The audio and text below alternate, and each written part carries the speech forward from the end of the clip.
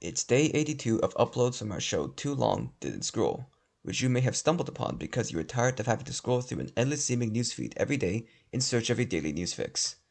Instead of scrolling mindlessly through your feed and individually clicking on each news story, get a quick watch or listen instead on us. Enjoy the episode for April the 11th of 2023. We start off this day's events in the country of Pakistan, where the insurgency in the Balochistan region rages on as insurgent militant groups like the Balochistan Liberation Army, other insurgent groups, and terrorist organizations like the Pakistani Tehreek-e-Taliban clash against Pakistani government forces and commit terrorist attacks in the name of an autonomous Balochistan, free from what they see as marginalization of one of Pakistan's least developed regions. Attacks have continued as of the day of recording, with a clash between police forces and insurgents in the city of Kuchlak near Quetta. A police operation seeking out rebels in the region took a violent turn as rebels and police exchanged fire, initiating a gunfight that led to the deaths of 4 police officers and 1 militant. Quetta has been the subject of multiple bomb attacks that killed several police officers back on Tuesday.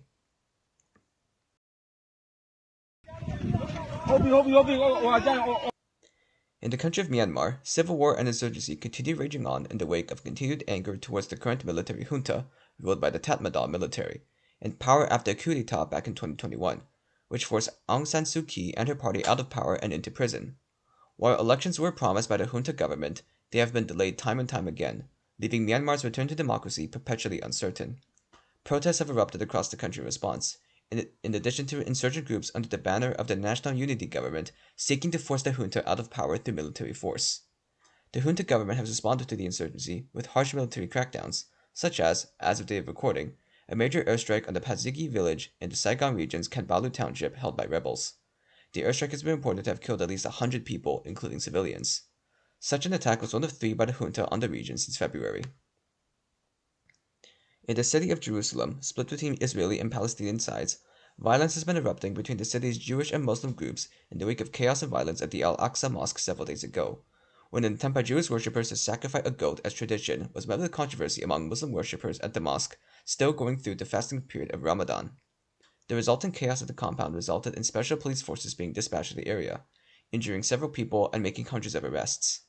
The Israeli Defense Forces and Palestinian and Lebanese nationalist and militant organizations like Hamas and Hezbollah proceeded to exchange rocket fire with one another into civilian territory as a result of the violence, with the country of Syria even being caught in the scuffle as well.